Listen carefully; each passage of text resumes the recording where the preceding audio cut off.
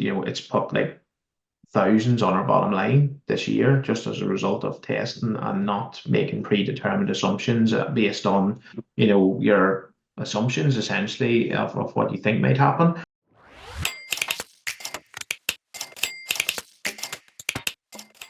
Two podcasts in the 1 year. I really am spoiling you guys.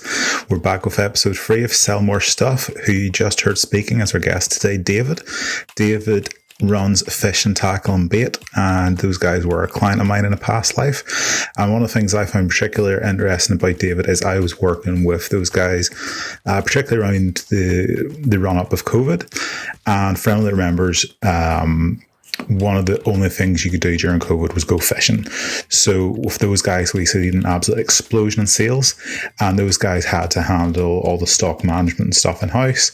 So one of the things we're looking at today is we're talking to David about how he handles stocks, what improvements he made, and just getting your business ready for whenever you see that explosion. David's a great guy, great insight. I asked the question about the book. You'll hear his recommendation at the end. I'm going to go buy it. I'll stick a link in the comments for you. I recommend you follow his business journey as the company grows, because I know I used to work with someone who had worked with some of David's competition, and whenever I was talking about how we were doing for David, they were quite surprised because they had serious issues scaling some of David's competitions in their previous employment, and we were scaling on levels they didn't think was possible for that kind of business. So David's really got his eyes on the ball, so you're going to hear some great insights, particularly in shipping and operations. So without any further ado, I'm going to let David tell us about what he does best, and hopefully you'll get something out of this. David, how are you? How are things? Hey John, yeah, not too bad, thanks. Not too bad. Enjoying the summer rain at the moment. Whenever it's been terrible weather so far this year, so it's not much of a surprise. That's exactly it. How does the rain affect kind of your customer cycle? Yeah, I suppose we'd have a good sort of spread of customers, and at the moment, if it's raining, it's not great for our holidays or anglers trade. People don't want to go out in it, but a lot of our sort of die-hard anglers that are very dedicated will continue to fish through all sorts of seasons and weather. But yeah, not in this middle of summer. It's not great for us, to be honest. But sometimes we find because we've got a retail shop, people actually go shopping rather than fishing, so they come in and spend money in store when they can't actually fish. So sometimes it can have the opposite effect. So it's good. Works a little bit each way. So for people who don't know who you are, explain who you are and a bit about your company. Yeah, so I'm David Burleigh. I'm the owner of Fish and Tackle and Bait. We're based in Enniskillen in Northern Ireland. And we've got our own sort of bricks and mortar shop, which is where it all started. And then we sell on marketplaces, eBay and Amazon, and we sell on our own website. Um, I suppose I've owned the business now for nearly 13 years, which is quite scary. It doesn't seem that long. And whenever I bought the business off the two previous partners, we just literally had a shop and sort of one full-time member staff and one part-time member staff and myself. So we've grown massively since then. We've more than doubled the sort of revenue of the shop. We've sort of built the whole online side of the business off the back of that, starting on marketplaces first and then going on to develop our own website to where we are today. We ship over about 120,000 orders per year at the moment, to about, I think, 30 odd different countries. So we've really sort of started branching out into other countries and territories, but our main core markets are the UK, GB, and Ireland, followed up by Germany and the US. So that's sort of what we do. We sell all sorts of fishing tackle, rods, reels, line, floats, hooks, accessories, apparel, clothing, and yeah, that's pretty much us. Okay. And you kind of you skirted around a little bit about what we're here to talk to today. So, for transparency, I used to do some work for an agency that worked alongside Fish and Tackle and Bait, providing some services, and this was around just before COVID and around the kickoff of the start of COVID. And one of the things that kind of stood out for me when it came to think about this is you handle quite a large volume of postage. And certainly at the time, and as things kind of kicked off, you handled kind of like all this in house. So, one of the main things we're here to talk about in this episode is how a new e-commerce business or an e-commerce business who's starting to find their legs, what processes did you have that helped handle post packaging, and was there anything you made mistakes wise, or anything that you found worked well in those early days? Yeah, so we would have back whenever we would have worked with yourselves, John. We originally were on the IRP platform, which all our orders from eBay and Amazon also pull through onto, and we used to use their shipping solution. So they had a native integration with Royal Mail and with DPD and all the sort of main couriers. And I suppose the key thing, we've been right from the start where we've literally been cutting out address labels and paying for postage and shipping 10, 20 items a day to like today we'll ship about 350, 400 orders. And we've been everything in between. And I suppose we've always tried to use technology. But whenever you're a small business, whenever you've got one person maybe responsible for shipping or two people, it's quite easy to be manual and have a lot of manual process in that, and mistakes don't get made. But some of the things we found difficult is getting from that to the point we are today, where we're shipping hundreds of orders a day, and we've got to have the person that we recruit, within 15 or 20 minutes, sort of up and running with the same process as the person who's been with us for 7, 8, 9, 10 years. And that's where we've got to at this point, hopefully. But it's been a long, hard path to get to. But one thing I will say is, with marketplaces, particularly the technology that the likes of Royal Mail's like click and drop functionality and tools have now, it's so much more advanced than what it was 10, 12, 13 years ago, and cheaper as well to implement. So things have moved along a long way from what it would have been like back me starting back 10, 12 years ago doing this. And it would be much easier for a small business to do things a bit more efficiently than what it would be to do that now. So definitely some of the things we've got right, some of the things we've got wrong. I don't think there's a right um any every business is going to have a slightly different path Mm-hmm. to get to where we are right now, but certainly technology's helped us. I suppose now we've moved to a proper sort of warehouse management software, and we have our own shipping software, which is all rules based. So literally anybody can operate it. They can't make really easily mistakes. Everything's barcoded in our warehouse. We use scanners, pick waves, scannable trolleys with totes. Everything's got a location. Everything's got to be scanned in and scanned out of the business on and off shelves. So nothing can really get lost. I think last year we had about 2 million moves of stock in the warehouse, and I think we misplaced about 100 items in that time. When we done our full cycle stock count at the end of the year.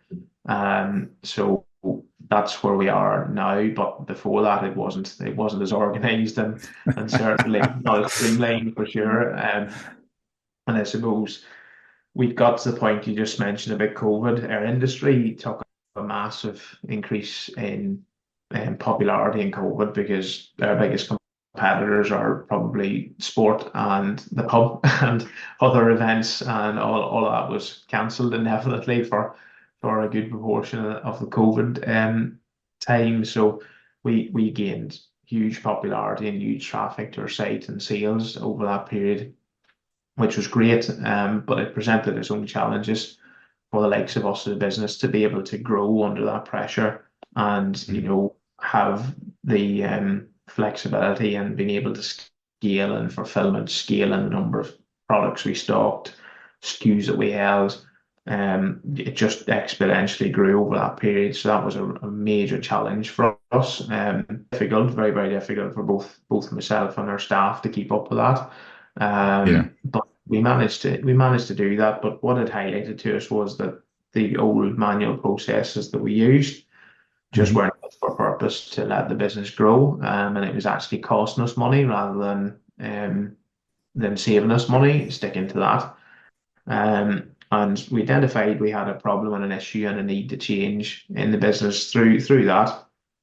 And one of the things that we did was we talked to people, we talked to Invest in I, we talked to other industry professionals, other people in similar scenarios to ourselves, both local and not local. We Mhm. talked to tech providers for WMS. We talked to our eCommerce of their, prior experience to this, and we got a real good round understanding of what we needed to do. But the one thing as a business owner is we've got to work out, is this going to save me money? Is this going to drive efficiency? And is this going to, create a further opportunity for growth if we invest money in a warehouse management system, or do we try and sort of cobble our own system together, or what's the best route to go down? So we spoke to Invest in I, and we got pushed towards engaging with their business excellence team. So we had one of their business excellence team visit our site. And what we done, which, these things sometimes can be a waste of time, and you think, I'm going to spend an hour of my life, I'm not going to get back here, and we're going to be no further down the line. But I have to say, it was actually really useful. It surprised me.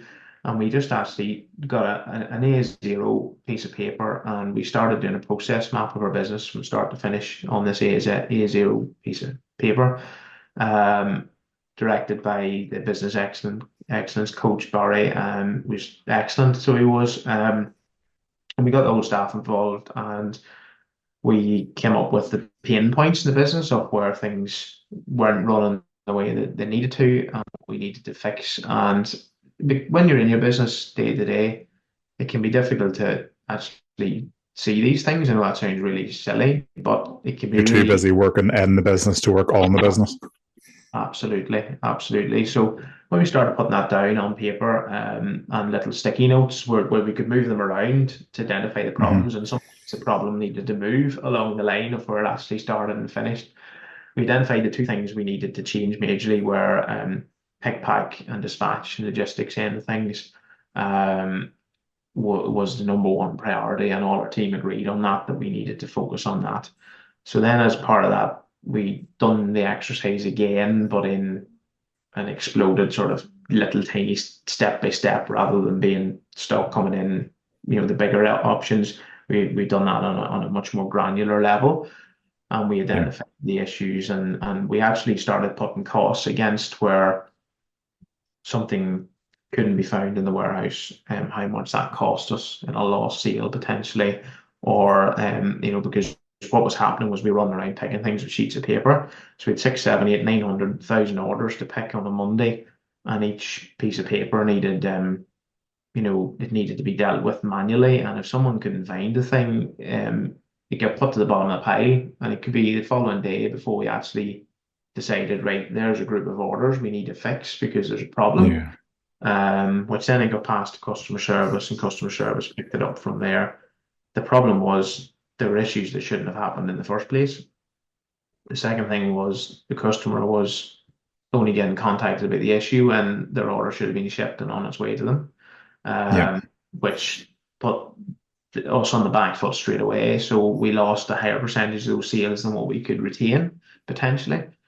If we could sell them a different size, a different color, a different whatever it may be, a different option that we actually had in stock. So we put metrics, we put costs against all these things, and we actually worked out that it would save us about 50% of our lost sales through out of stocks, logistics issues, missed pick and packs, that we were losing as a result of that. And then we reckoned it would actually save us 2 staff wages as well in the business. So that was we decided that it was quite a big investment. It was 60, 70,000 pound investment over 3 years sort of period to put the system in. And we identified a system called PeopleVox or PVX to implement. And then it also runs a shipping sort of software for printing the labels, which is called Shipster, that we use on the end of that. And we've had that running now 4 or 5 years. And we just wouldn't go back. We just would not go back without it. I think we would need at least 2 more members of staff without it. And it actually still wouldn't fix the problems that we had. We just have people to deal with the issues as they arose. But it allows us to be really accurate when we're picking, really efficient, because our warehouse is routed right the same route inside. Staff can pick orders in the sequence to come to things rather than having to run back and forward between locations. So the travel time to pick is reduced massively, so that we're doing less walking and more picking. And we can literally set someone up on a scanner with a login and show them how to pick something, and they can carry on. It's so easy. In 15 minutes, we can have someone trained on how to use it. I'm not saying they'll be as quick as someone that's used it for a while, but they can certainly use it and can certainly not make mistakes. So that's where we are now. That's kind of where and how we got to it, and the efficiencies that it's drove. But I appreciate that, a smaller business picking 20, 30, 40 orders a day won't be able to afford that cost. But it will have to be a more manual process. But obviously there'll be less staff involved in that process as well, which makes it easier to control and easier to monitor. But that's kind of where we are today, John, in that respect. Okay. And I think you kind of triggered something there whenever you were talking about the cost and investment, stuff like that there. One of the things I've came across talking to businesses kind of in the startup or early days of their e-commerce journey, one of the things I find some people make mistakes in is they're looking at the likes of Royal Mail, Click and Collect, and they're given the price by Royal Mail. So the first thing they do is like, for an order that's less than 250 grams, it costs this. So they go and they put that price as the shipping price on their website.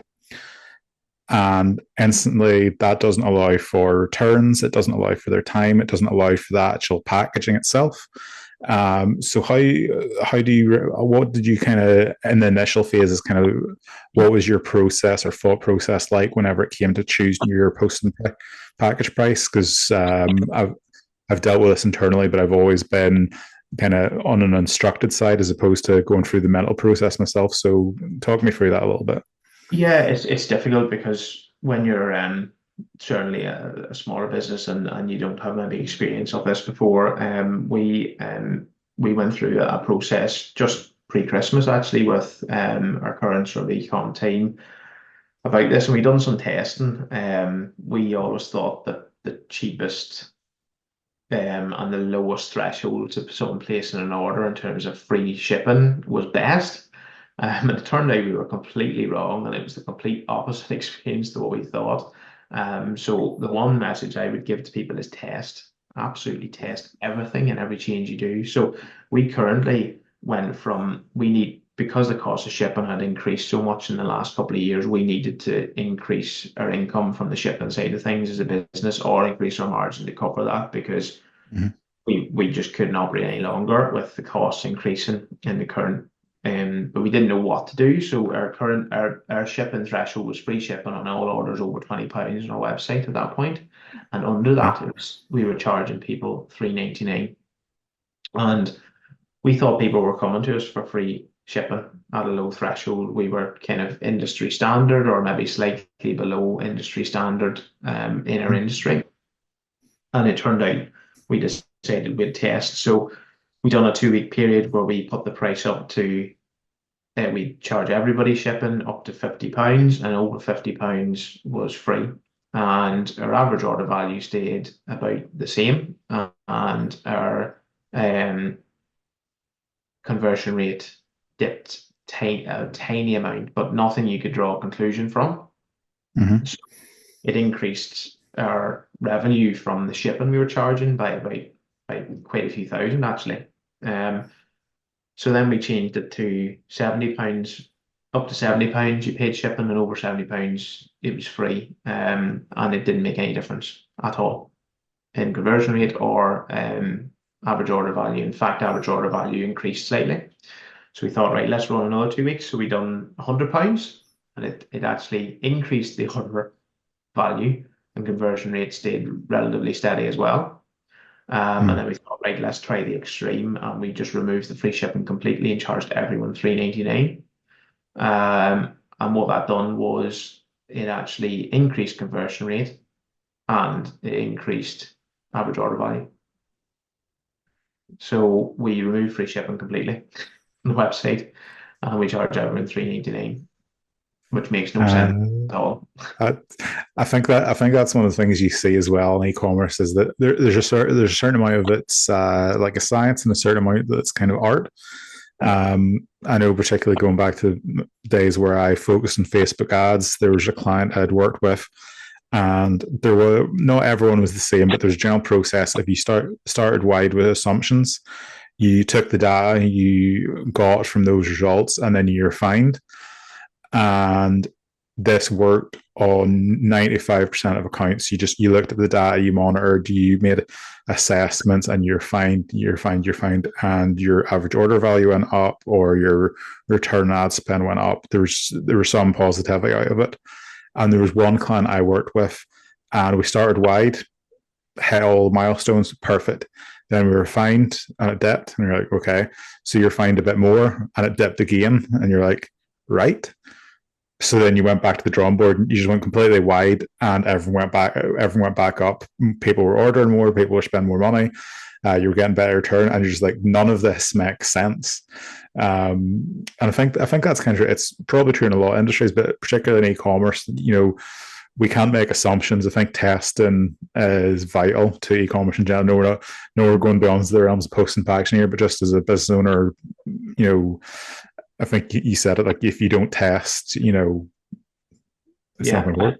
I was skeptical that this would work. I was like, there's no way this is going to work. And it just, the information, the data we received back from the test just proved me completely wrong. And, it's put like thousands on our bottom line this year just as a result of testing and not making predetermined assumptions based on, your assumptions essentially of what you think might happen. So that's one thing. You just hit on returns rate. Returns rate in our industry is generally quite low. We would have like under less than 1% returns rate, which is virtually unheard of in most other industries. I appreciate. So, a fast fashion retailer would have a completely different approach to what we would have in that respect. So everyone's going to have to be different. But the one thing I will say is e-commerce today is so tight. Everything is drilled down to the penny, whether that's advertising spend or logistical spend or, just operations spend in-house. And if you're not tracking absolutely everything, you will come unstuck, because it's difficult. It's difficult, and so many moving parts and so much cost involved now in running a decent e-commerce operation. You've got to track absolutely everything and make no assumptions that you think something is right or wrong. And I think testing and tracking costs are key to success going forward, and would be my tip there. Okay. And is there a book you would recommend any business owners read if they're looking to break into e-commerce? Anything that helped you along your journey anyway, well, it's related to post and packaging process, just e-commerce in general? Yeah, it's great. It's quite interesting because part of what we done with the business excellence team and Invest in we got introduced to something which isn't just specifically for e-com pick and pack or logistics, but just probably business in general. And it's a book called Lean RFS by Ian Glenday, and he was the guy that came up with a thing called a Glenday sieve.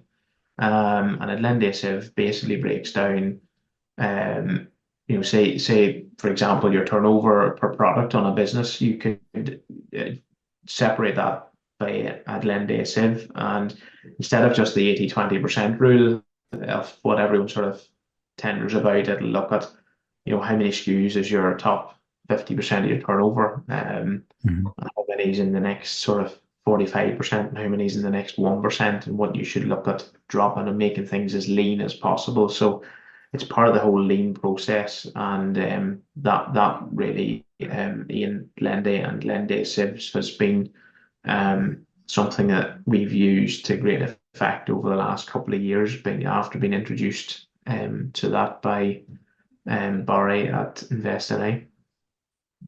Okay. That sounds fantastic. It sounds like a book I need to go and read. I know I could do with shipping a few things up myself.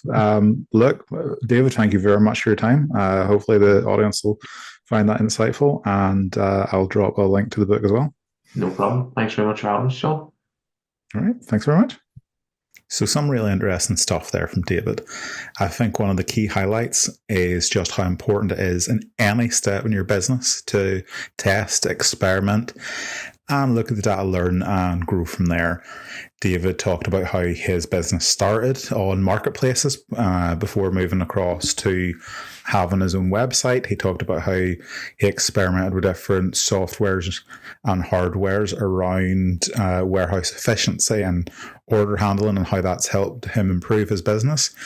To the business that is today, like 120,000 orders to 30 countries. That's fantastic. Like he's came on so far, especially since I was working on him. He's doing fantastic, and all that is through trial, error, and experimentation. I think it's something we're going to see come up time and time again in the podcast, especially over the next few episodes, because without test and experimentation, we don't grow. As for the book, the lean, repetitive, flexible supply, it's definitely something I'm going to look into. I recommend you do the same. I've dropped the link into the description below. Give it a look. Tell us what you think. If you give it a read, come back and let us know. And we'll see you again very soon.